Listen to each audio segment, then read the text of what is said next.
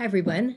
Welcome to Washburn's sustainability event on transferring communities through community engaged learning and civic engagement, featuring the esteemed Dr. Tiffany Anderson and sponsored by Washburn Center for Teaching Excellence and Learning in the Community.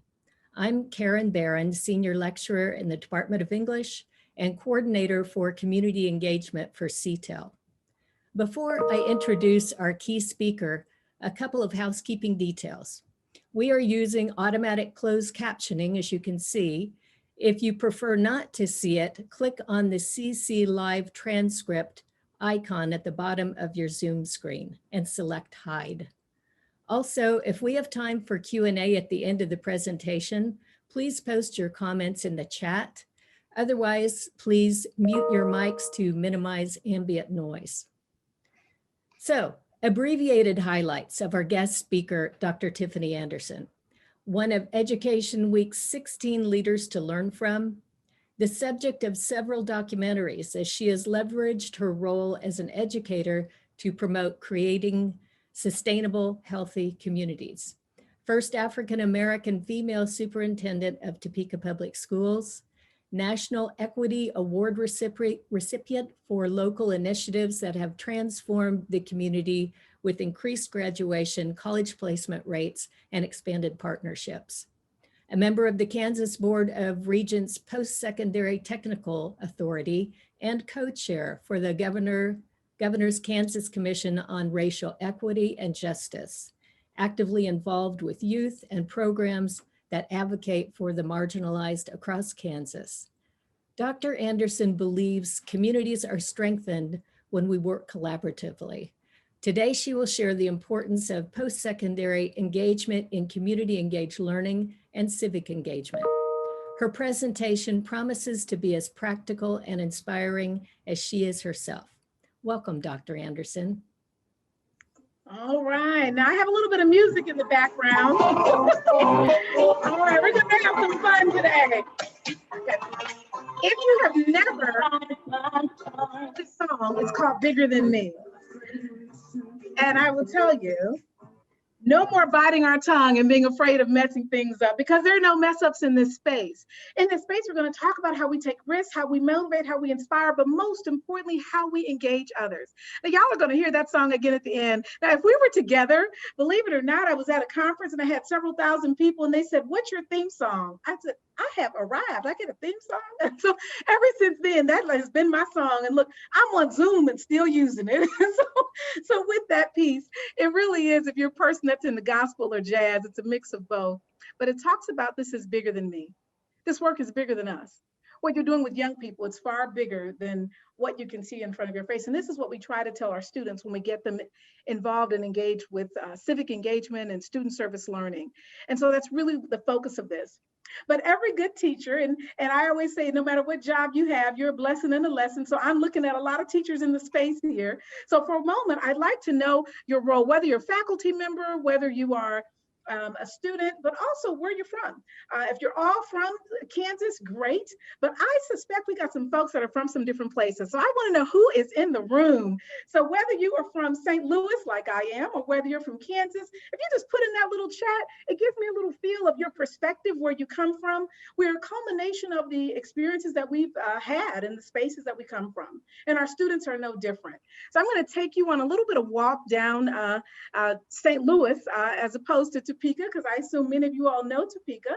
So as you're putting in, I see we got someone from Oregon. And if you just say, "I don't feel like doing all that typing, I'm just going to put the city or state that I'm from," I welcome it. This helps me kind of know how far out I'm reaching and how much we have local talent right here. So with that, and I think I saw St. Louis. Hello to my St. Louis friend. After this, I am your ally, and I'm someone that's down the street that you can call, connect with. Give me a call on my office phone, cell phone, but for us to stay connected, and I see you as an ally after this as well. So don't be surprised, because I see all your names on the screen, and this will be taped. If I reach out to you following this and ask a question about something that you may have brought up in this space, we are all interconnected, and we are each other's best allies. So I'm going to take you on a walk down St. Louis, because I'm assuming that many of you all may not know that space, and where a lot of service learning projects took place. It took a different form in terms of of how we really transformed a community. So walk with me for a moment. Every good teacher loves talking about their children. So I'm going to introduce you to my school kids in St. Louis. So we'll watch this video for just a moment.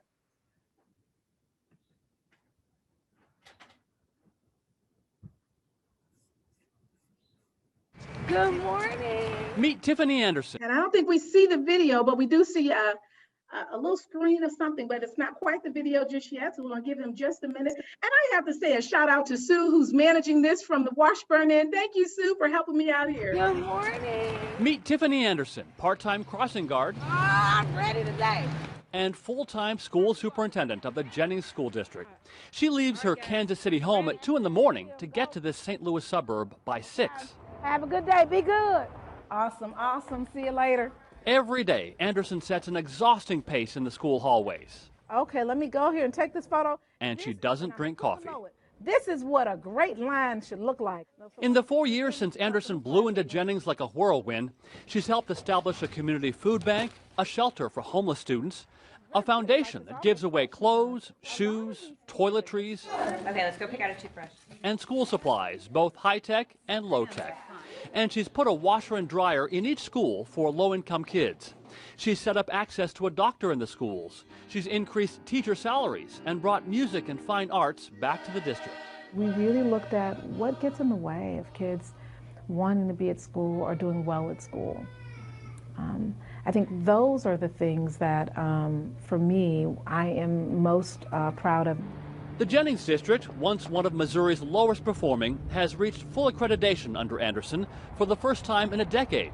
Grades are up, graduation rates are up, scholarship funds are up, and the district, which was operating under a $2 million deficit before Anderson got here, now has a balanced budget. Teacher Chris Slinkard sold his home in the much bigger Kansas City School District just so he could follow Anderson here after working with her once before. She inspires greatness around her, and she makes you truly believe and know for a fact that you are making a change. Anderson's first order of business when she arrived was tackling the tough home lives of many of the students in this mostly black, low-income suburb. The first challenge that I found in meeting people were the needs of poverty, food, literally. So in October of 2012, we opened the community cupboard. We give out 8,000 pounds of food a month, which is 200 to 400 families. Then she helped turn this dilapidated home into Hope House, the student homeless shelter. When children are homeless, as a community, we must take the responsibility to address that. Anderson is relentlessly pushing Jennings businesses to hire her graduates. She's even hired unemployed former students, like Samuel Brown, who now works at the food bank. When the superintendent gave me this job, it made me grow into a man that I'm become now, you know, so I feel good about it. How grateful are you to her? I can't even say it. I'm thankful. So how did she do it all? Well, she started just by asking for stuff, applying for grants. When people know the story, they want to be part of helping you. They just need to know how. Anderson's constantly in motion, helping out at the food bank, You need some oranges? or jumping in to substitute teach, I'm going to see if you get it right. or marching kids through the crosswalk and handing out goodies. Remember you helped me the other day? So I got you both these. Chocolate. What I need to do in this case? The principal of Jennings High School tries to keep up with her. She set the tone. See, the leader sets the tone. The leader creates the vision. The leader hires the staff, because you have to have the right people on the boat. She has done that. Excellent line, preschool, excellent line. Oh, and about Anderson's boundless energy, I call it my Christmas every day.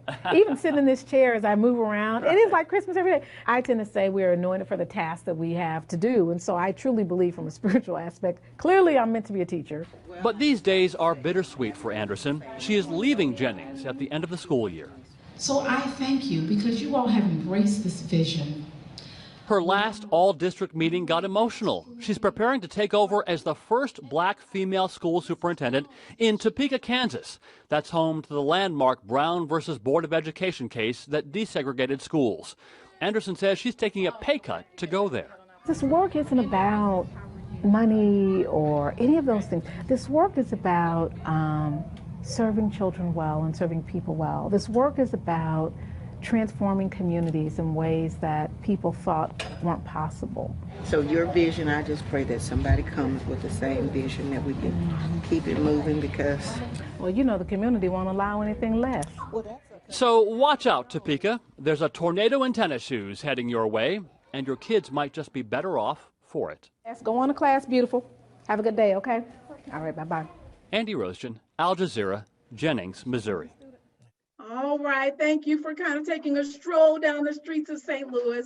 And as you think about service learning, and we're going to go to these next couple of slides, and we think about transforming our communities, I truly believe that everyone can serve. And in thinking about serving, really teaching individuals how to serve and serve well. And don't assume that students come to Washburn knowing and having this skill already, even knowing about volunteerism or knowing anything about service learning. I think every student should be required to have some level of engagement in this space. So we're going to talk about the definitions from which I'm talking to you from, but we'll also talk about some practical things. And I'm looking at it from a K-12 setting, but whether it's a K-12 setting or any other setting, this stuff is applicable no matter where you are. So I hope that you leave this with some of those tools. My last book was Transforming Schools for Excellence. My next book will be coming out through ASCD next year, and it will really be incorporating a lot of the pieces about service, particularly during the COVID and remote environment, but even beyond that in terms of what does service learning look like, as well as some academic components for our superintendents. As we kind of move on from there, one of the things that I ask people is, what are you passionate about? And as educators, for our students, you know, every student that starts, even in elementary at the kindergarten, we start off the year asking students, what's your why? Have you ever thought about that? What's your why? What's your purpose? Why are you showing up? Why are you in the job that you have now? How do you get that piece started, and what's your why? Can you imagine asking a 5-year-old, what's your why? And they actually do boards of what's their why, and why are they getting started, and why are they here, and thinking about purpose. And purpose and passion, I think, are linked together. So as we think about those passions, let's talk about service learning and what is it? And so I'm really working from 2 different definitions. This first one really comes from the Cooperation for the National and Community Service Projects. I'm really talking about promoting learning through active participation. So when we promote learning and there's not that active participation, that's a piece that, that really has to be part of this component, because we learn by doing. This piece of having the structured time for students to reflect. I cannot tell you how many places that I travel to, and they say that they have civic engagement or service learning, but students are participating in something such as the food bank, but they don't build in this time to just reflect on the experience, reflect on what you got from it, reflect on possibly your why and your purpose. That's a huge piece of this service learning experience. Providing opportunities to use skills and knowledge in some real life situations. You saw my school son, Sam, who's still in Jennings today, and almost was a dropout at one point, and we got him involved, and he does the stocking and the ordering, and this all really kind of formed from just talking about what are things that you have as a passion and purpose. And so creating some real life situations, and for Sam, food and feeding the community was a situation that he was in himself. And so this became a natural link and continued after he graduated. And then extending the learning beyond the classroom and fostering a sense of caring for others. You know what? I was in the line the other day at Starbucks, and I told the lady on the Starbucks thing, I didn't used to drink coffee. Look, COVID, I call it the CCs. COVID made me a coffee drinker, so I now drink coffee. I know the video said that I don't, but I was in Starbucks, and I said to the lady in Starbucks, I love you. And she said, what kind of coffee is that? I said, oh, no, I love you. She said, well, drive around. I want to see who this is. Said they love me through this screen. And when I drove around and I said it to her, and I said, you know, so many people take time to talk about what they dislike and all the issues and all the problems, but how often do we stop to say, I care about you? I love you, you matter, your presence matters. The lady began to cry, and she said, you know, I haven't heard someone say that I love you since my husband died. And she happened to be a widow, as am I. And so just immediate connection. How often do we pass by people, and how often do students do that in halls, on the Zoom screen, or any other space, and you don't take the time to show that you care? So part of service learning, what I'm going to talk about, is how we use this as an opportunity to do that. The 4 C's that I'll just kind of throw out there for you, and this really comes from both Hatcher and Bringle in 97, connected, continuous, challenging, and contextualize. You know, the same things that I just talked about, but just think about that intentionality behind making sure that the experience they have is connected to something that's bigger than me, like my song at the very beginning, something that's continuous. Jennings and all the things they're doing, they thought it was me, but it wasn't. It really was getting people really galvanized and working about how do we create systems for service learning. So it continues today, and I've been gone now 5 years. Their performance is higher now than it was when I was there. And so continuous, and then that it's challenging. It challenges not only what we think and maybe some of our stereotypes and biases, but it also challenges us to be able to meet needs perhaps in ways that we didn't think that we could. It challenges our why and why we have certain systems in place that might need to be questioned. And then it's contextualized, okay, within the context, and they can see how this applies to real life. So with those definitions in mind, many people think about, you know, I'm in school, or you have students that are in college and they're there and they want to go through their courses, and service learning perhaps may not be the highest priority, but it should be. It has a direct impact to our economic sustainability. It has a direct impact to how communities care for one another.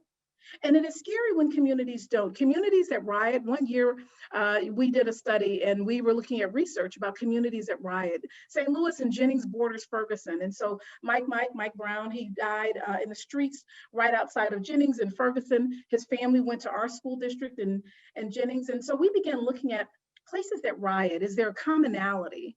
And here it is years later, and we're seeing that more nationally.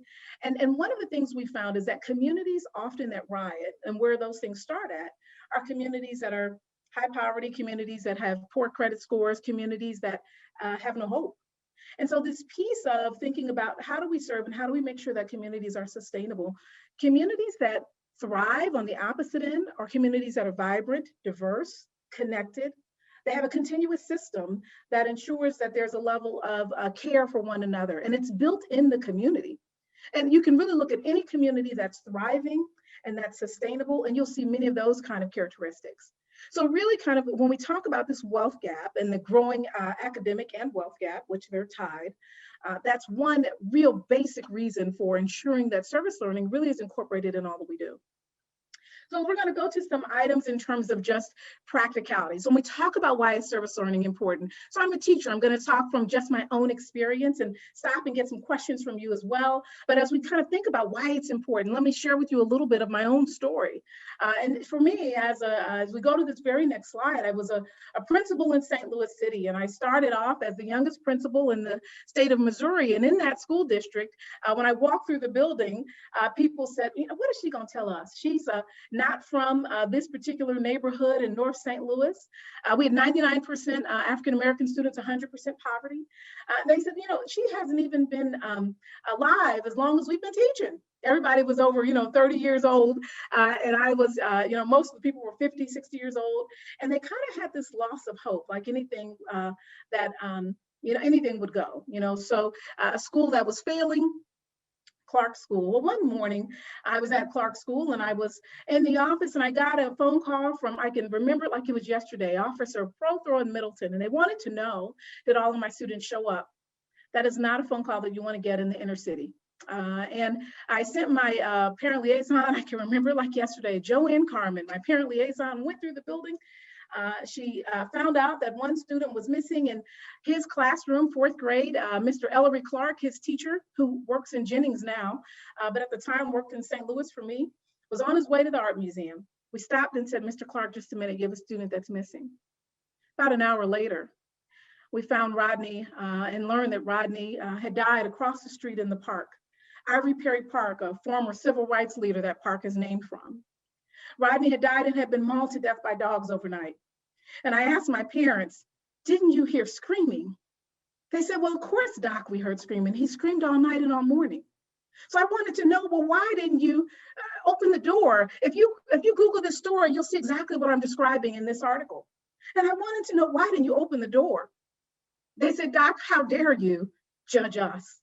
When we hear gunshots, we hide under the bed. When we call the police, they don't always come very quickly. When we hear screaming, we close our blinds and we hide. You see, communities that don't care for one another are scary places to be. If nothing else, we have to know to seek to understand in order to serve, and to teach our young people at the very earliest ages the importance of caring for one another, literally being each other's brother's keeper. And so at that moment, I said, things must change. We're going to go back to that last slide and look at that tree, because that tree did not exist when I first became a principal. So in that tree, if you ever go to St. Louis, you can barely see it, but right on the edges of that concrete that we poured as a school district are our handprints. You see, Rodney's apartment is right through those trees. His mother was a crack addict. She didn't know that he never came home. If she had just woken up and looked out the window, one, she would have heard him, and she certainly would have seen him. He was unrecognizable. We had to identify him by the homework in his pocket. And so we put our handprints there to be forever remembered. My name and every student in his class wrote down their names. We planted the tree that's now full grown in the middle of a dilapidated park in a high poverty, crime-ridden area. Clark is now closed, but at that moment, Clark School became Clark Accelerated Academy, and it went on for a number of years. The system continued. We began teaching about service learning. It was just a required course for both our parents and our students, whether they were 100% high poverty or not. Parents began teaching parents. They started the first GED classroom. It is why I wear scarves to this day. That year, I also started teaching in the 3rd grade classroom because that teacher left that year. Right next to Rodney's class, I was the teacher and principal. I'm in the yearbook in both spaces. And I got my first Save the Children scarf. After that, they continued to come anonymously to this day. And I still don't know who sent me all those scarves, but now I have a scarf fetish. I didn't realize it until I was teaching a class in St. Louis at St. Louis University, and someone said, "What's the deal with the fetish?" "What are you talking about?" They said, "Scarves, you always wear scarves." I said, "No, I don't." And my husband said, "Honey, you have hundreds, you have thousands of scarves. You have a scarf fetish." And I will tell you, it reminds me of Rodney. I wear the scarves because it reminds me that everybody's counting on us to teach people how to care for one another, how to be connected, how to be engaged, how to serve in ways that will be lasting and enduring. And so it teaches me that. Between that and the tennis shoes, that's kind of a little bit of my hallmark and branding, if you will. And so as we go on from that slide and we look at the next couple of slides, we're going to jump on into this work. So when you say, why should I care? Think of the Rodney McAllisters that are counting on you. And so when we think about how do we teach kids how to care, we're going to be incorporating some of this into just some basic examples, this real life examples that you have right in front of you. I think everyone should almost start off with, what's your why and what are you passionate about? How often do you ask that in your classrooms? Generally, we all jump into our content. I know that's what I did as a teacher, but now when I start teaching in a class, whether I'm subbing or not, I'll ask young people, what are you passionate about? I ask educators, what are you passionate about? And so with that, Topeka Public Schools, many of you already know, we no longer are 77% free lunch. We're now 73% free lunch. In Montgomery County, the district I was at before here was in Virginia, next to Blacksburg. Virginia Tech is the university kind of where Blacksburg, Virginia is. We had about 35% free lunch. And then certainly in Jennings, we had 100% free lunch. I'm focusing more on the poverty than the race because poverty overlaps everything. Okay, in terms of service and service opportunities, things that people can relate to nationally as well. Depending on where you live, race can be looked at very different. But if you use poverty as that foundation, you'll be able to speak to young people from all ends in terms of what's our why and why do we serve. As we go to this very next slide, and I'm going to go through these really quickly, what I will tell you is when we began teaching about service learning, even at the elementary, middle, and high, what we saw is that scores began to raise, literally in a very short period of time. We saw that at Blacksburg Middle, but people said, you know what, they always had service learning projects. They're next to Virginia Tech. They're such a diverse community. Okay, so then we left from there, and that's just English for the African-American students. The achievement gap began to close. So we went to Shawsville. Shawsville is in the hollers and you know, no running water. Appalachian poverty is a little different. And Shawsville Elementary, again, we saw the disadvantaged gap begin to close immediately in the same year. There was a small little dip initially, and then we began just incorporating service learning, teaching young people how to care. And now you have all kinds of things, National Days of Kindness. We have ways where we can connect people with other people, whether they're our senior citizens or other people just down the road that are other students. But we start with, what are you passionate about? Tell me about you and your community. We now in Topeka Public Schools rewrote our curriculum, and actually in kindergarten and in elementary, we actually teach about community and self and how you fit in. That's a core piece of our history curriculum now, right at the elementary level, because teaching young people that, it doesn't naturally come for some young people, and they may not be in homes where that's automatically something that they know. Very quickly, and I'm just going to go through those other slides and not spend a lot of time on them. You'll see in a charter environment, immediate improvements. And I just started from the year that I started, that we started teaching about service learning and then what those academic scores are. And this isn't teaching about a test. These are all different kinds of tests. You'll see limited English proficiency students, again, getting them involved in service learning. One, they began to feel they belonged and they were connected to something much bigger. Of course, in Jennings, a district that was about to be taken over by the state the year that I started, it not only was turned around, but began meeting 81% of the state standards. Now they have 100% high school graduation rate, and there's still 100% poverty. This work impacts every level of life and learning, and that's why it's so key. There's a kind of a cliche statement that sometimes people say that, you can't teach me until you care for me first. And I truly believe that. And you can't teach me until you teach me how to care. And I think that's a key component of this work. And knowing that doesn't always come natural. Relationships aren't always natural. And the higher poverty your environment that you're in and exposed to, the more trauma that you've been exposed to, the more your actual physiological reactions may be very different in terms of relationships and being defensive. And so teaching young people through actually engaged activity will go much farther than speaking at them, will go much farther than even the content of talking about this work. As we kind of go through that space, and I'm gonna just share with you, even in Topeka Public Schools, after our first year, now we already had some service learning projects and we've continued to grow that at the elementary level. We've changed our curriculum. Immediately scores began to improve as well. And we have this incorporated in a variety of ways. We increased our counselors and our social workers. We really started embedding some things that really were dealing with social emotional health, as well as looking at how do we serve and how do we teach people how to care for others. We're probably the only district that has, a lot of people don't know this, we have 15 service animal dogs, emotional service animal dogs. Why? Because kids, when they start learning how to care for animals and care for others, they begin to learn this piece about caring in just a very beautiful, innocent kind of way. So Topeka Public School now has 15 service dogs, and I did not plan on that when we first started, therapy dogs. But really this piece of allowing people to take risks and incorporate this in ways that make sense. As we go to the next couple of slides and kind of talk about this piece, I'm going to stop for just a moment, because here are 3 things that we know about all places. And I didn't come up with this. This is from Harvard and Ron Ferguson many, many years ago. He talked about this tripod, that there are 3 things that impact learning at high levels: relationships, an aligned standards-based curriculum, and just basic good pedagogy, engagement, expectations.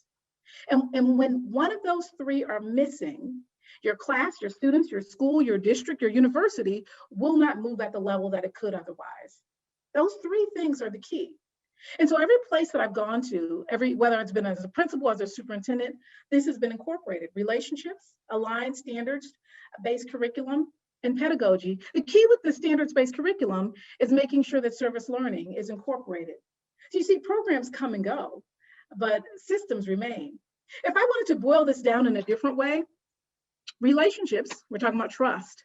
Systems of support, when you think about pedagogy, that's your systems of support. And when you think about just rigorous high standards, that's high expectations.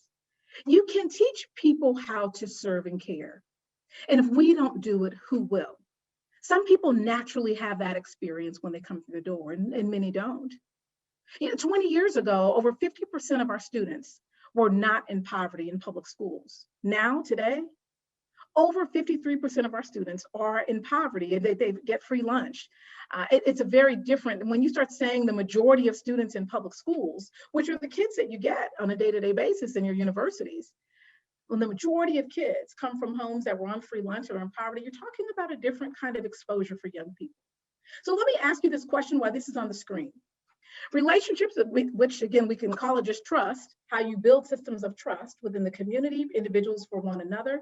Think about the Rodney McAllisters and the people who didn't feel like they trusted their own community to help and care for a young person. Pedagogy, systems of support, and high expectations. Think about your classroom that either didn't do well, or the system if you're a departmental director, or if you work for harvesters. I saw someone was in this space that works for harvesters, and when things don't go well in a particular community, when you're trying to put food pantries or back snacks, It's one of the three things that are broken. It's one of them. It's either the system of support, trust, or high expectations. Let me give you a minute to think about the times in which the system hasn't worked well, either again within your classroom or department, and which of the three were the issue.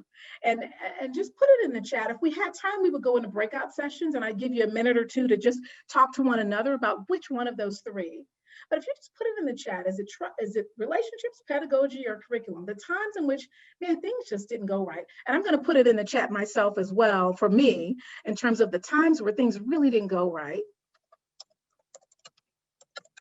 And I will tell you, I get a chance to visit all over the country and out of the country, actually. Right before COVID, I was in Cabo and at a public health conference. And sometimes they say, it's all three. So where do we start? You know, they don't have a system of support. They don't have expectations. Or I had these kids that came into class, or I have this community project, and it's all three. And where do we start? Well, the point is, the first thing, you have to know this piece. And if you know this, it helps you become much more strategic with where do you start. And so I'm going to just call on a person or two as you're kind of putting this in here. I see trust and high expectations. Now, again, if you were in a breakout, I'd be saying, hey, breakout room 1 or 2, kind of give it reporting out. But we only have like 45 minutes together, y'all. So I'm just going to keep talking real fast and stop every few minutes just to call on folks. Now, because I am a teacher, I'm just going to call on the name. I love it because your names are at the bottom, and don't you dare take them off. All right. And Miss Graves, I see you over there, and you look a little like me with your hair just like mine, just about. So Miss Graves, I'm going to call on you to give a little shout out about what did you put down in terms of that system, and can you share briefly about what you put in that space?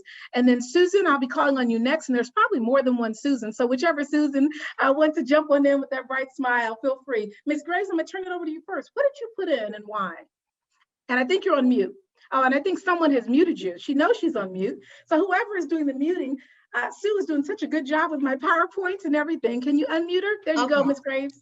Hello. I said relationships. So the program that I help facilitate here at Washburn is the Ichabod Ignite program. It's for students that have scored 15 and below on their ACTs.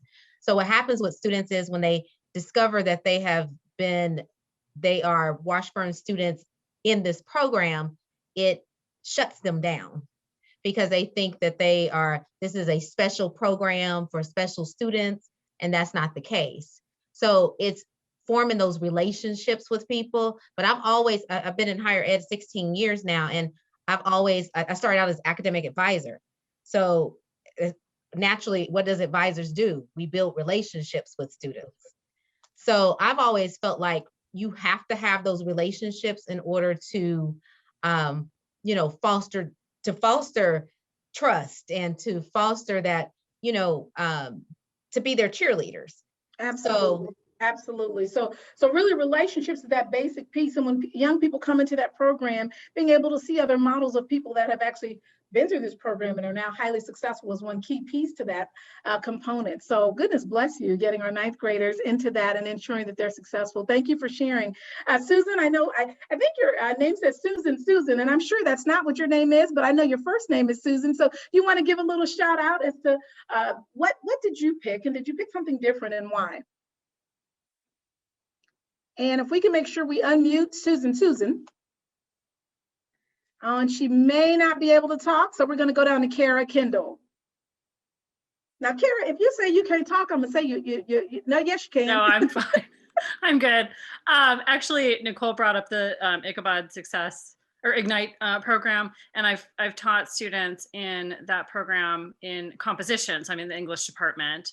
And I also put trust, and I was especially thinking of my experiences teaching students in that program, again, as, like to build on what Nicole said about students kind of feeling like, oh, I've been put in the dummy program or something like that. You have this like automatic kind of barrier. And then, my own experiences and just who I embody at the front of the room is, really different from a lot of those students. And so, yeah, that's definitely the challenging part for me. And I think for a lot of them, especially their experiences of being in English classes, have been about feeling judged, feeling, like their work isn't good enough, like their grammar is going to be nitpicked, that kind of thing. So trying to show them that that's not what it's about. Absolutely, absolutely. No, thank you for sharing that. That piece of putting up that barrier when you don't trust the systems that you're in, which, it's so interesting, even labels. So we used to call certain students at risk, now we call them at promise. Even saying this program that you're in, literally changing the language and the verbiage that we kind of used for our students, and at least definitely in Jennings, that was a huge piece. And when you mark a student, even special ed, honestly, the manner in which they perform is very different than if you were to say you're gifted. And that same special ed student, we actually tried it in Jennings, and we called students that were low performing college prep. We actually put a wall up in between the school at Jennings Junior High. We put a glass wall, and we even told the teachers, hey, half the day you're going to teach these kids and half these other kids on the other half of the wall. And so what the teachers even found is even their teaching was a little different because they thought the students were a little different in that space. So this piece of how we build trust is a huge piece. And a lot of that, the more that we can develop opportunities for young people to actually build trust and connected relationships with others, the more they learn about trust, in addition to language and other kinds of ways. As we go into these very next couple of slides, it kind of jumps right on into that. And we're going to give some examples. Keep in mind that we highlight failures and we minimize successes. So I'm challenging you to change the paradigm. As we move from there and we think about, well, how does this paradigm look different? Even in Jennings, because if you were in Jennings, generally people assume that you're poor and you're dumb. So even when we were scoring at high levels, or the students are scoring at high levels, the article read, surrounded by struggles, but Jennings shines. Even that felt kind of yucky, to be quite honest. So here's the thing, you have to tell your story. You have to let students share their story. Taking the moment and the time to say, man, how proud were you when you got into this particular university? What are you planning to do from here? Share with you what you want your parents to hear or whoever your guardian is to hear. What's your story and how amazing your story is? And sometimes the stories can be kind of yucky, but we really work with young people about how do you get that story out there in ways that shows your promise and your hope and this amazing future. For Topeka Public Schools, as we go to the very next couple of slides, we really start talking about our story. Systems of success that create sustainable, high-performing cultures, they can literally occur anywhere when we systemically invest in people and building trust. And people think that, man, that doesn't even make sense. And then you got to teach to a test. I would tell you that you have to begin to build trust and providing supports and expecting excellence. So, I'll share, often I ask students, what are you passionate about? And they'll say music. So fine arts is a huge investment. Students will share things in which they can express themselves that you wouldn't naturally think about. Music is one that's a huge piece. In urban schools, that's the first program that's cut when budgets are tight. And that's one of the things that kids often say they're passionate about.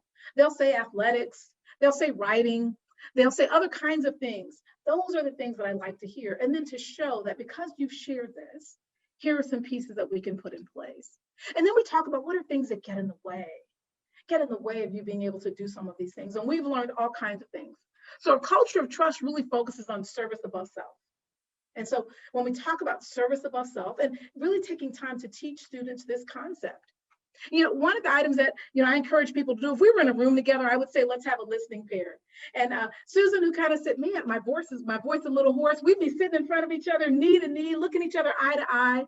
And I would just say, Susan, here's a question, and I would just listen. And generally, as a presenter, I might say, how do you build a culture of trust? Or what is service above self? Or why are you working at Washburn? Or what do you love about your job? And I would just listen. And if she ran out of stuff to say, I would just look at her like she was the apple of my eye. And then it'd be her turn. How often do you have someone that actually listens to you? Young people, that doesn't always come naturally. And so creating opportunities to just listen and be fully present. It's amazing when you think about that for yourself, how life and things change. Literally, even for myself, I used to walk in the front door into Topeka Public Schools and pass by the front desk and say good morning, and I'd be down the hall and she'd be saying, good morning, Dr. Anderson, because I moved pretty fast. Being fully present, backing up and being fully present. Good morning, and having that dialogue. So creating a culture of service above self. How do you serve beyond where you are, and why do you do that piece? As we kind of go to these very next couple of slides, and I'm going to watch our time and then wrap on up and then open this up for questions. Here's a service above self kind of story. And we're going to put in the chat a link to an LA Times article that was sent to me last week. I love this because it started with a particular student who now is actually in a teacher program, a teacher education program, who just finished in the Marines. But he was my favorite student. You're not supposed to have favorites. I have favorites. Okay, so Kevon Munker was one of my favorites in Jennings. And this kid, I was at a music program and he was supposed to be singing on stage and he wasn't singing on stage. So I said, young man, you're one of the best singers. Why are you here in the audience? They just finished the choir concert. And at the time, I didn't know who this young man was. And he said, I wasn't feeling it. I said, what? Oh, you weren't feeling it. Well, how about I take you home and talk to your parents so that you feel like singing and contributing in the future? So Kevon gets in the car. I told him I have to be at the Rams. At the time, there was a football team called the Rams in St. Louis. I have to be at the Rams. Are giving us a big check and our school district a big check, and I have to get down there. So let me take you to your home. I find out that Kevon is homeless. He's been house hopping, and he's been doing that all throughout his high school experience. No teacher knew. His choir teacher didn't know. Why wasn't he singing? He didn't have shoes. So take him to the Rams with me. He meets the PR person at the Rams. The Rams is doing a big service learning project with students. It's pretty amazing, actually.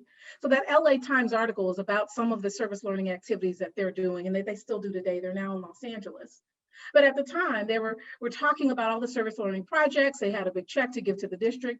Kevon meets Miss Molly. Miss Molly is still the PR person, Molly Higgins at the Rams. And oh my goodness, she falls in love with this kid and says, is this your son? I said, no, he's my school son. She said, what's a school son? A school son needs a school mama. School son, say hi to Miss Molly. Miss Molly, hello. Long and short, she adopts this child. This child actually, just from that one moment of being fully present, she takes him in as a foster child, actually took guardianship. He became her foster child. Kevon's life changed dramatically. And so I wanted to know, what about all the other students like Kevon? I asked Kevon that question. But Kevon said, well, that's a really good point. Ultimately, just to kind of shorten this story, we actually found a home, a dilapidated old home in Topeka Public in Jennings School District. That dilapidated old home, we bought a sign, we called it Hope House. Put a big sign in front. I love HGTV. I said, in 30 days, we're gonna flip that house, y'all. He said, how are we gonna do that? All of the students within the district began contributing. And so what was an idea, 1 month, 30 days later, we now have homeless students across the district that actually live in that home. We have a house mom, we have a partner, Missouri Baptist Foster Home, and they actually partner with us. That's who helped us find the foster home. The Washington Post got the story, millions of dollars are donated. That home will now last forever. So anyone that's homeless now lives there. Why? Because the service learning project by many students. Why? Prompted by one student and being fully present. The power in just the stories are pretty incredible in getting those stories out there. And so as we kind of go and wrap this piece up, there's Kevon at the graduation. He's now a Marine or a graduated Marine, but he sent me an email and just said, wow, things have just changed for my life dramatically. So he now spends his time giving back to others in some pretty powerful ways. So as we kind of go to this piece of systems and programs, and we look at kind of how programs come and go, they come and go with the money and the leader. Service learning can remain because it's a system. You're teaching young people how to build relationships, how to care, how to trust. You're teaching critical ways in which you can be involved in your community, and you're starting on saying, what are you passionate about? What are the challenges that get in the way for people to make it to programs like you did at Washburn? And so with these reflections of service, I'm going to give you just a few things to think about this learning paradigm. You know, the purpose isn't to just transfer knowledge, but to really create environments and experiences that bring students to discover and construct knowledge for themselves. This is about making students members of the community and really helping them discover and solve some problems. You know, at Topeka Public Schools, when we first went into the whole pandemic era, we had a student, Kelm Lear, who has a service learning kind of group. And they went out and I don't know how they came up with 1,000 masks, made masks, had people donate masks, all student driven. And we have a variety of projects like that today, all student driven. But it starts with, what's the challenge that gets in your way or our community's way? And how do we take down those barriers? There really are no problems, it's our mindset. So if we can get young people to think differently, and if we think differently ourselves. So here are the 3 reflection questions for service learning. There's a thing that, that's called, and if you kind of Google some of these pieces, you'll kind of see something that people often call the mirror. Giving an experience where you have a clear reflection of self. This piece of saying, who am I and what are my values? And if you're having any class with any student, I always say, start off with getting to know your people. There's a whole series of books now about culturally relevant pedagogy. And culturally relevant pedagogy starts with knowing culture. Who am I? What are my values? What have I learned about myself through the experience? And taking the time that whatever service learning project you have, that you build these components in. How does life look different? I will tell you from the Rodney McAllister story, people, they change their mindset, how they would serve, what this looks like, what service learning could even look like at an elementary level or a high school level. And then there's the microscope, really making those small experiences large. Saying like, how can we take just the Kevon story and grow this to multiple students? How can we make this into a Hope House? How can the Hope House now even reach beyond Jennings School District into other spaces? Similarly with our pantry, how could we take a small pantry and now have a mobile pantry unit, which is what we have here in Topeka, where students actually help do the stocking and they serve it and they volunteer there. They keep record. They connect with the individuals in the community. It is so very powerful. We even have a student referral group that'll refer parents to our pantry. It's really, and refer other students to our pantry. It's pretty powerful. So this microscope, how do you take small experiences and make them large? I have a superintendent student advisory, and as faculty, I'm sure you have all kinds of ways where you have these student groups to being able to say, hey, what would you change if you were in charge? If you were in charge, if you were even the mayor of Topeka, what would you change? What would look different? And then you are empowered because you're part of this community to make that look different and to make those things happen. And then there's the binoculars. What makes, make what appears distant to be really close? So often young people say, we can't do that. That's too big. Oh my gosh, that goal is so far. Is it really? We can transform our communities, and from service, truly transform our communities into places that not only we want to live in, but we thrive in. And so as we close this piece on out, and I turn this back over to you, I will tell you that one of the things that we do in Topeka that I think anyone can do, we now use social media as a platform to share stories.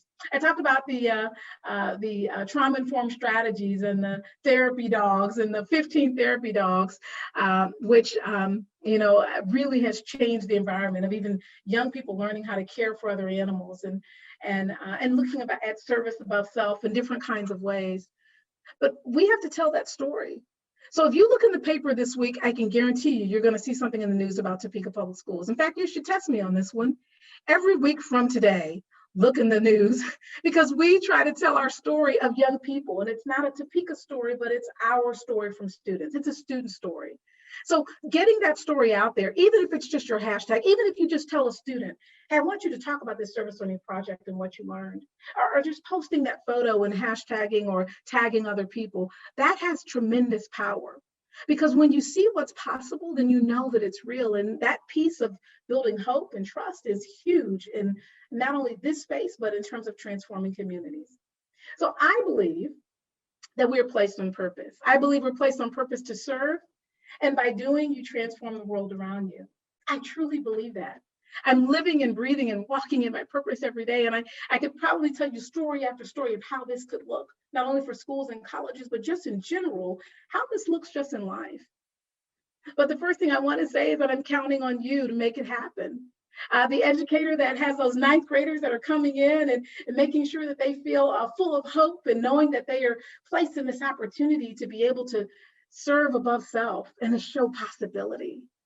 The faculty member that is a dean or a student or a person in a classroom that supports other faculty members, know that I'm counting on you. I think that through you, service learning not only can change our students' experiences, but it transforms Topeka, transforms the community. So it is my distinct honor and pleasure to have been here with you today. It is 2:52, and we said we'd stop 2 minutes early, and we're going to go down to the question area. There are a few questions that have been put in the chat, and for those questions that we can't answer in this last 10 minutes, we're going to answer. And we did put the link to that LA Times article, but any other articles and videos that you have an interest in, which may include our magazine, which it's free. You can put together your own service learning magazine. We're happy to share with you how to do that.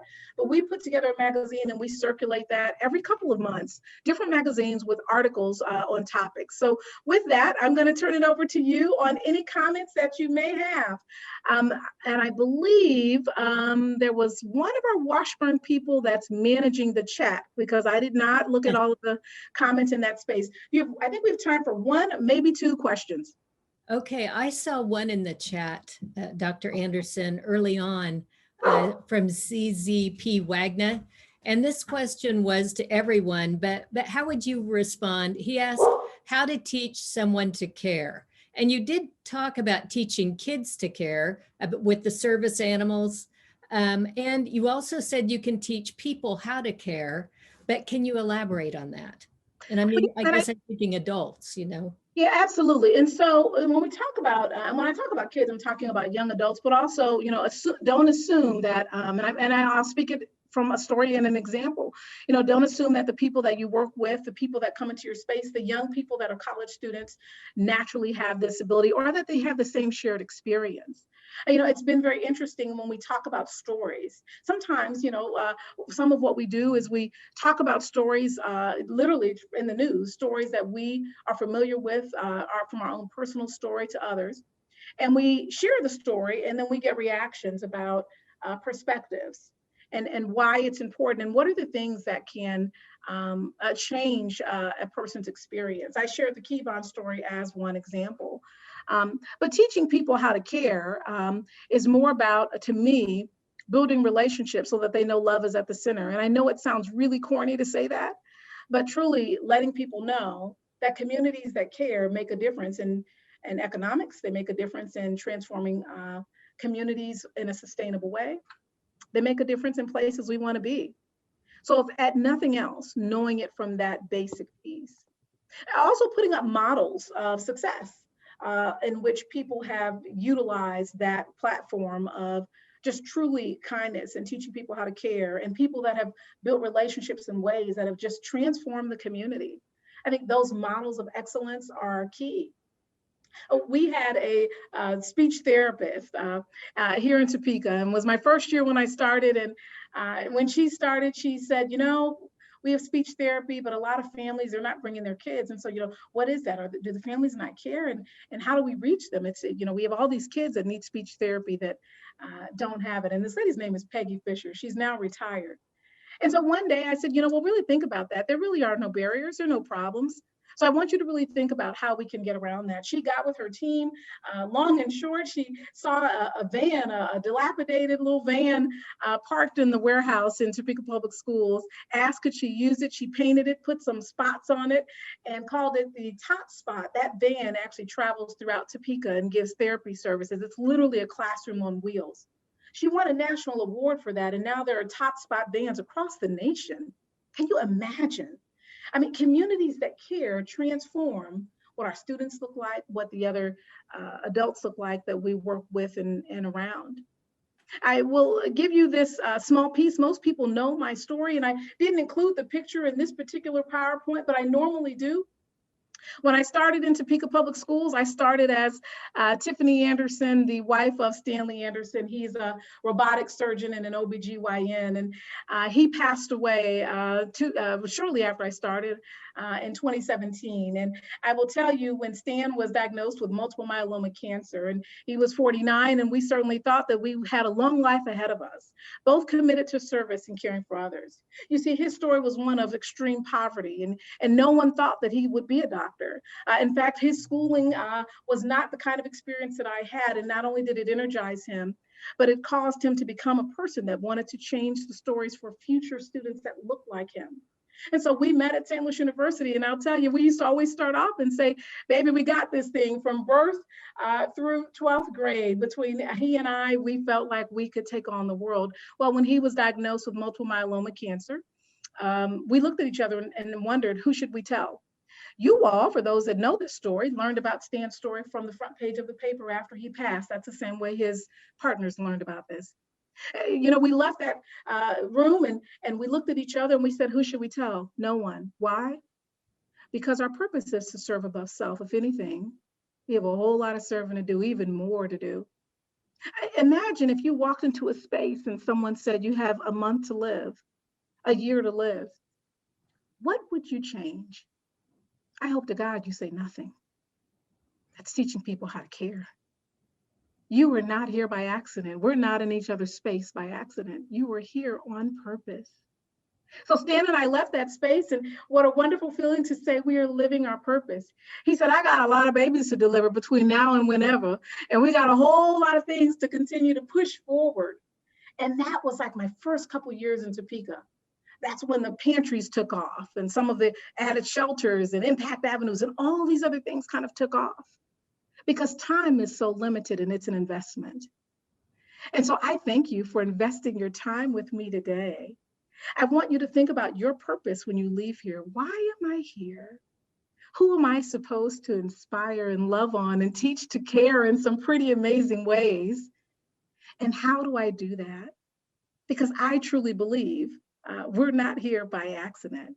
So again, we're down to now 2:58. And I have to say that little Topeka High background, Kelly, is just awesome in your background. That has to be the best background on the screen, seeing Topeka High.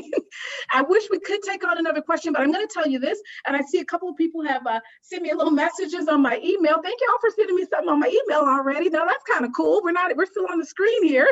But those of you that send me emails, I'll email you back. If you want to call, email, or just connect, feel free to do that. And you know, we're going to end with the same song that we started with, It's Bigger Than Me. It's going to play for the next 30 seconds as you move on off the screen. Oh, and I might be out of battery. Now, see, I come with my own speakers. So, thank you for being here tonight. I'm only worried about the muscle. That's why I'm singing.